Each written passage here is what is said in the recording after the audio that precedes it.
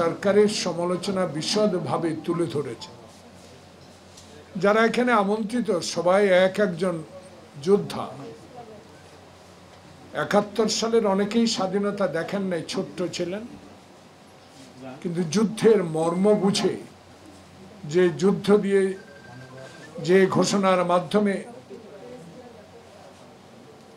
বাংলাদেশে তখনকার বীর ছাত্র জনতা, কৃষক, শ্রমিক ঐক্যবদ্ধভাবে স্বৈরাচার পাকিস্তানের বিরুদ্ধে যুদ্ধ করে ৫৪ বছর আগে দেশ স্বাধীন করেছিল।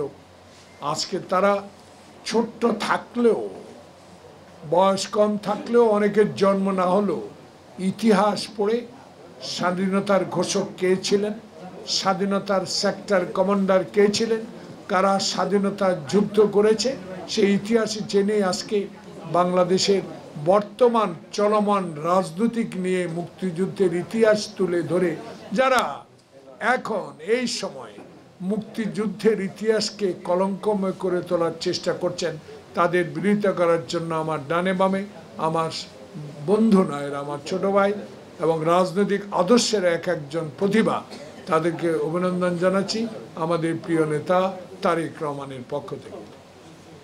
বক্তব্য দীর্ঘায়িত করব না, অনেক কষ্ট করেছেন, এসি ছিল না, আপনাদেরকে ধন্যবাদ অনেক দিয়েছি।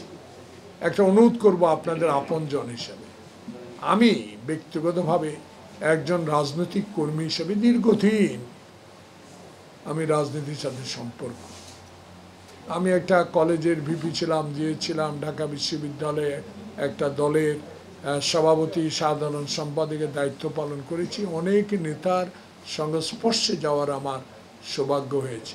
বাংলাদেশের এককালের সময় ৪৯ সালের মাওলানা ভাসানীর আওয়ামী লীগের পরে শেখ মুজিবের আওয়ামী লীগের অনেক নেতার সাথেও আমার সম্পর্ক ছিল, আসা যাওয়া ছিল, কথা ছিল, যেহেতু একই সংগঠনের কর্মী ছিলাম।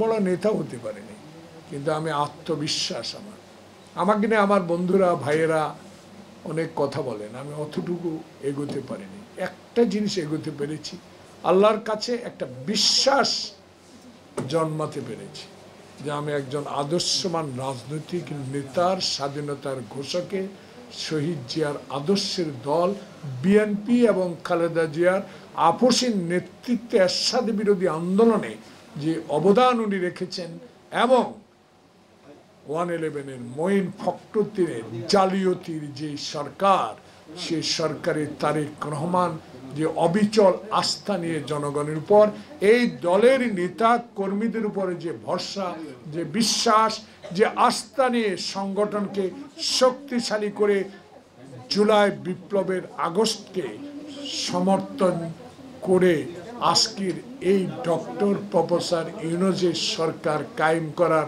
যে সাহস আমাদেরকে জুগিয়েছেন, এই স্থান থেকে 10,000 কিলোমিটার দূরে আমাদের নেতা তারেক রহমানকে এই তরুণ দলের পক্ষ থেকে, আমার সহ বন্ধুদের পক্ষ থেকে আপনার ধৈর্যের জন্য, এত কথা হচ্ছে, এত বক্তব্য হচ্ছে, বিএনপিকে নিয়ে এত ঘাটাঘাটি হচ্ছে, বিএনপিকে নিয়ে এত কঠিন প্রশ্ন করছেন, যেটা সহ্য করার ক্ষমতা আমার রাজনৈতিক কর্মীর নাই, কিন্তু আমার নেতাকে আল্লাহ পাক এমন ধৈর্য দিয়েছে, সে এখনো সহ্য করে যাচ্ছে।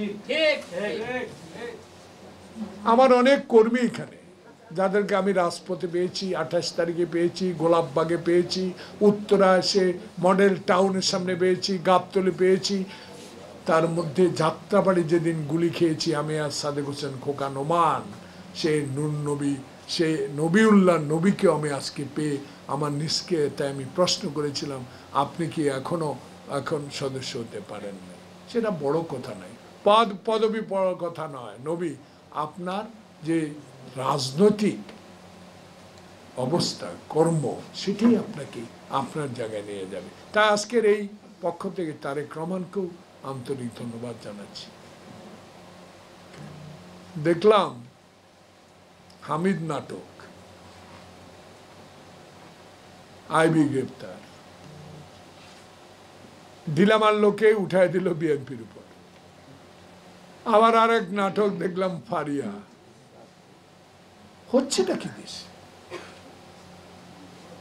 বাংলাদেশের মূল দাবি জনগণের কথাগুলো অন্যদিকে নিয়ে যাওয়ার, ঘুরিয়ে দেওয়ার পরিকল্পনা কিনা এসব। গ্রেপ্তারও কি দরকার ছিল? জামিন দেওয়ারও কি দরকার ছিল? আরে হত্যা মামলার আসামি গ্রেপ্তার দিবেন কি দিবেন বিচারক ঠিক করবে, এর বিরুদ্ধে আমার কোনো বক্তব্য নেই। কারণ বিচারকের বিরুদ্ধে কথা বলেছি যেদিন কাঙ্গারু কোর্টে খালেদা জিয়াকে শাস্তি প্রদান করে উনি উঠে যাচ্ছিলেন, তখন আমি ভিতরে ছিলাম। তখন এই ফ্যাসিস্ট হাসিনার আমলে বিচারকদের উপর আমার আস্থা আর ছিল না।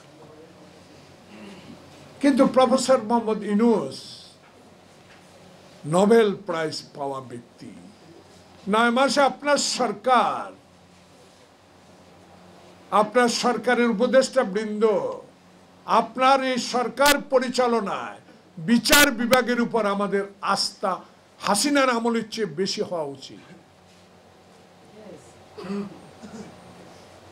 যে বিচারক রায় দিবেন, এখন তো হাসিনা, এখন তো কি জেলে আছে ল মিনিস্টার, উনি নাই।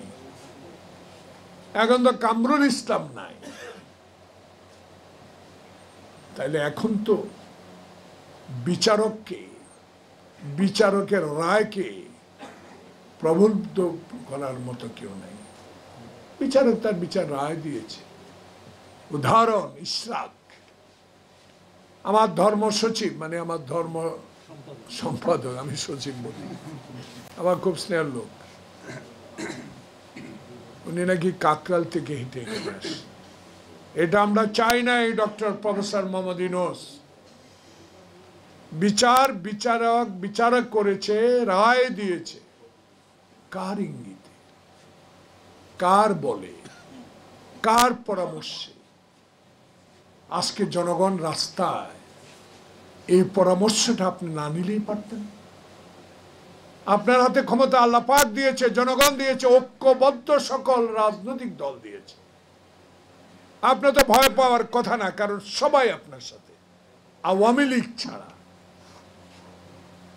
তাহলে কেন ইশরাক শপথ নিতে পারলেন না? ইশরাকের সমর্থকরা কেন তালা দিলেন?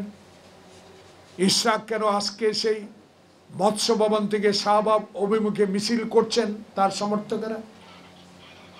একটি মাত্র কারণ, কারো যদি কান কথা শুনে ইশরাকের শপথ বন্ধ করে থাকেন, এটা অত্যন্ত গ্রহিত কাজ হয়েছে বলে আমি মনে করি। এই প্রসঙ্গে আর যাব না। হামিদ প্রসঙ্গ যেতে চাই না। নায়িকার নাটকের মঞ্চস্থ আমি যেতে চাই না। এসব মঞ্চস্থ হচ্ছে কারণ আজকে দেখুন 11টা বাজে, আমি সকল মিডিয়ায় আসার সময় দেখে আসছে, স্ক্রোলে উঠছে 11টায় নির্বাচন কমিশন অফিসের সামনে একটি রাজনৈতিক দলের বিক্ষোভ মিছিল হবে।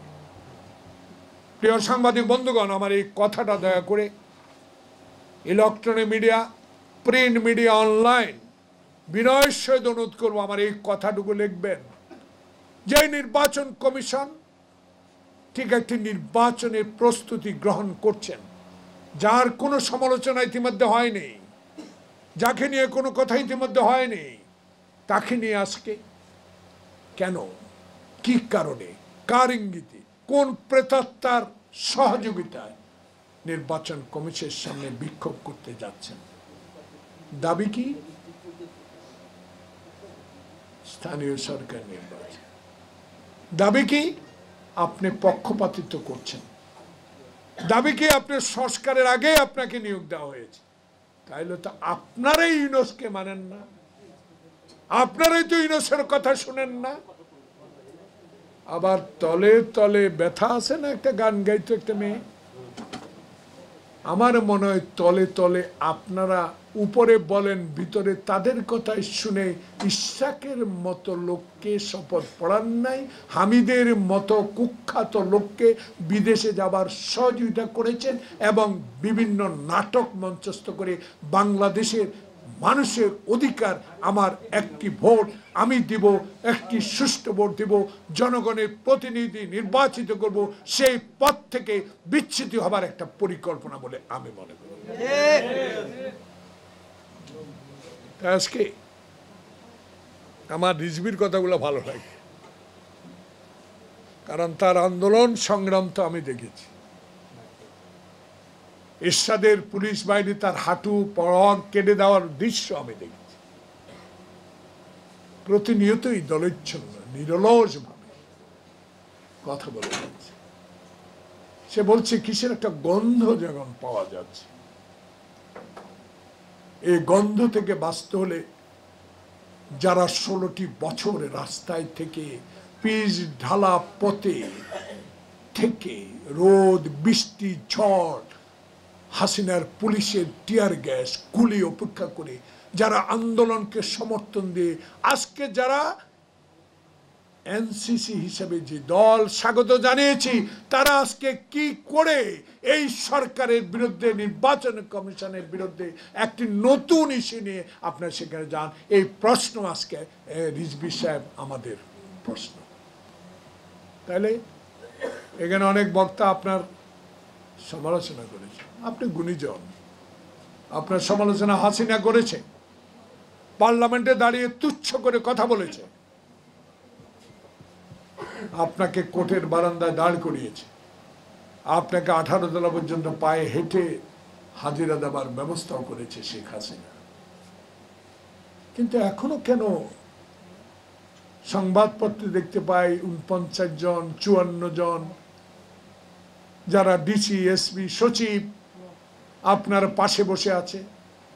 গতকালকে একটা বিষয় আমি আমার বিজিএম ইলেকশন হচ্ছে, আমি হেমায়তপুর থেকে আসতে একটা মেসেজ আমার ফোনে এসে দেখলাম, আমার থানায় 2018 সালে হাসিনা আপনাকে বিশ্বাস করে সেদিন মির্জা ফখরুলের মতো সচ্ছল নেতা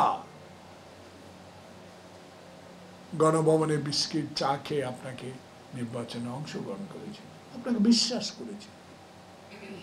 সে বিশ্বাসের ঘরে আপনি আগুন দিয়েছেন, দিনের ভোট রাতে করেছেন। সেই ওসি মিজানুর রহমান আমাকে একটি দিনের জন্য ঘর থেকে বেরোতে দেয়নি। আমি একদিন একটি কালো গ্লাসের গাড়িতে করে একটি অঞ্চলে চলে গেলাম, সেখানে প্রায় 1000 খানিক লোক মিছিল নিয়ে আমরা হাইওয়ে রোডের দিকে আসছিলাম। এই মিজান ওপেন গুলি করেছে, ওপেন। তার বিরুদ্ধে একটা মামলা হয়েছে। আমি আজকে স্বরাষ্ট্রমন্ত্রী, আপনাকে আমি অত্যন্ত ভালোবাসি, কারণ আপনাকে আমি চিনি, জানি আপনি একজন মুক্তিযোদ্ধা, পরিচয় আমার অনেক দিন থেকে, কিন্তু আমি একদিনও আপনার কাছে যাইনি, কোনোদিন ফোনও করে। এই লোকটা কি করে ময়মনসিংহের সবচেয়ে বড় থানায় পোস্টিং পায়? রহস্যটা কোথায়? এগুলো তো ছোটখাটো ব্যাপার হতে পারে, কিন্তু এটা বৃহৎ আকারে সামাজিক যোগাযোগের মাধ্যমে যখন ছড়িয়ে পড়ে, আপনাদের উপর মানুষের আস্থা, আপনাদের উপর বিশ্বাস সবকিছু হারিয়ে যাবে। হারিয়ে যাওয়ার পর কি হবে? কেউ আমেরিকা চলে যাবে, কেউ লন্ডন চলে যাবে, কেউ পরিবেশের নামে বিদেশ চলে যাবে। যে সকল বন্ধুরা আপনাকে এখন উপদেশ দিয়ে এই নির্বাচন মুখ থেকে বিপথে নিয়ে যাচ্ছে, তারা কেউ থাকবে না। আপনার সুনাম, আপনার অর্জন ক্ষুণ্ণ করে এরা চলে যাবে। তো এদেরকে নিয়ে আপনি খুবই সচেতন থাকতে হবে। কেউ যদি মায়ের পাঠ করে মামলার আসামি না হয়, জনগণ বলে আমার কথা, এতেই প্রমাণিত হয় অনেক ষড়যন্ত্র চলছে আপনার সরকারের মধ্যে। এনএসআই, ডিজিডিএফআই, গোয়েন্দা সংস্থা কাজ করছেন নিরলসভাবে, কোথায় যেন ঠেকে যাচ্ছেন। পাবলিক বলে এটা আমার কথা না, চেষ্টা করছেন, কিন্তু এই চেষ্টার ফল যদি আওয়ামী প্রেতাত্মারা বসে থাকে, কোনোদিনও সফল হবে না। তাই আজকে আমাদের দাবি হলো, অনুরোধ হলো, আপনি যেমন সাহস পান, আমরাও আমাদের বিরোধী দলের রাজনৈতিক সকলের নেতারা যারা গুলি টিয়ার গ্যাস গিয়ে আন্দোলনে ছিলেন, তাদের সাথে যখন আমরা কথা বলি, মির্জা ফখরুলের নেতৃত্বে আমাদের নেতা তারেক রহমান স্কাইপিতে এসে যখন কথা বলে, আমাদেরও শক্তি সাহস বাড়ে। আপনি এই শক্তি সাহসকে দরকে কানে নেন, মনে নেন, একটা নির্বাচনের তারিখ তফসিল ঘোষণা করেন, তাহলে এই ষড়যন্ত্রকারীরা ভয় পাবে, আপনাকে কুপ্রস্তাব দিতে আর সাহস পাবে না। ভয় আপনার নাই, আমরা তো আপনার সাথে আছি। কিন্তু সাথে আর কতক্ষণ থাকবো? আমাদের ধর্ম সচিব বলেছে, ধর্ম সম্পাদক বলেছে, কতদিন থাকবো?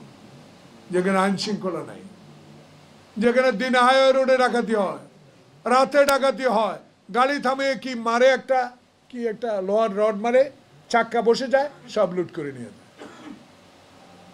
যে থানার ওসি আছেন, তদন্ত 2 জন ওসি, সাব ইন্সপেক্টর 15 জন না 18 জন, আরো বেশিও আছে।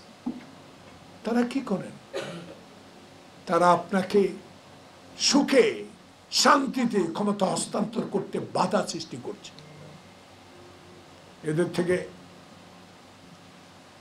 রেহাই পেতে হলে গণতান্ত্রিক আন্দোলনে যে সকল দল, স্বাধীনতাকামী যে সকল দল, যুদ্ধের যে সকল দল, আয়নাগরে থাকা নেতা কর্মীদের দলের লক্ষ লক্ষ মামলার আসামি যে দলে, সেই দল সহ সকল আন্দোলনরত রাজনৈতিক দলের সাথে অনতি বিলম্বে আলোচনা করে একটা নির্বাচনের ম্যাপ ঘোষণা না করলে আপনার বাংলাদেশে আবার কোন পরিস্থিতির উদ্ঘাটন হবে, উদ্ভব হবে, সেই জন্য দায়ী আমরা থাকবো না, থাকবে আপনার সরকার।